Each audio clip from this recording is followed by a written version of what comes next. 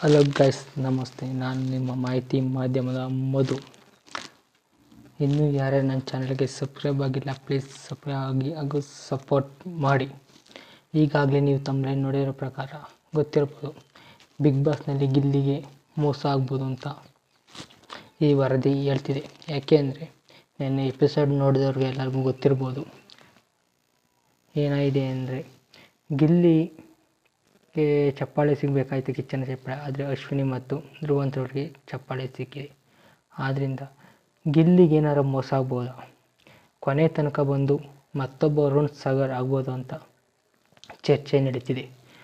ಅರುಣ್ ಸಾಗರ್ ಅಷ್ಟೇ ಚೆನ್ನಾಗಿ ಪರ್ಫಾರ್ಮೆನ್ಸ್ ಮಾಡಿ ಕಾಮಿಡಿ ಮತ್ತು ಆಕ್ಟಿವ್ ಆಗಿದ್ದು ಅವ್ರಿಗೆ ಮೋಸ ಆಯಿತು.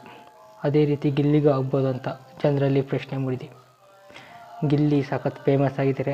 ಆಮೇಲೆ ಸೀಸನ್ 12ರ ಪ್ರಮುಖ ಸ್ಪರ್ಧಿ ಹಾಗೂ ಗೆಲ್ಲುವ ಕಂಟೆಂಡರ್ ಆಗಿದ್ದಾರೆ. ಆದರೆ ಈ ಬೆಳವಣಿಗೆ ನೋಡಿದರೆ ಅಶ್ವಿನ್ ಅವರು ಹೊರಗಡೆ ಇನ್ಸ್ಟಾಗ್ರಾಮ್, ಫೇಸ್ಬುಕ್, ಯೂಟ್ಯೂಬ್ನಲ್ಲಿ PR ಪ್ರೊಡಕ್ಷನ್ ಜಾಸ್ತಿ ಇರೋದರಿಂದ ಅಶ್ವಿನಿ ಅವರು ಏನಾದ್ರು ವಿನ್ ಆಗ್ಬೋದು ಅಂತ ಅನುಮಾನ ಮೂಡ್ತಿದೆ.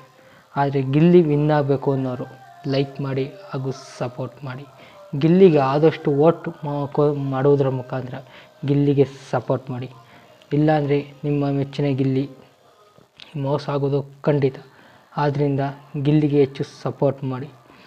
ಗಿಲ್ಲಿ ಚೆನ್ನಾಗಿ ಆಡ್ತಿದ್ರು ಕೂಡ ಯಾರೂ ಅವರನ್ನು ಪ್ರಶಂಸಿಸ್ತಿಲ್ಲ.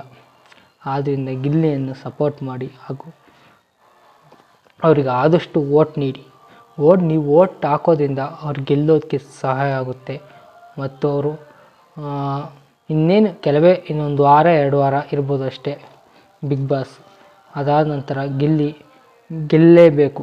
ನಿಮ್ಮ ಮೆಚ್ಚಿನ ಸ್ಪರ್ಧಿ ಯಾರು ಅಂತ ಕಮೆಂಟ್ ಮಾಡಿ ಹಾಗೂ ಯಾರು ಗೆಲ್ಲಬೇಕು ಅನ್ನೋದ ಕಮೆಂಟ್ ಮಾಡಿ. ಪ್ಲೀಸ್ ಸಬ್ಸ್ಕ್ರೈಬ್ ಮಾಡಿ. ಇದೇ ಥರದ ಮಾಹಿತಿಯನ್ನು ನೀಡ್ತಾ ಇರ್ತೀನಿ.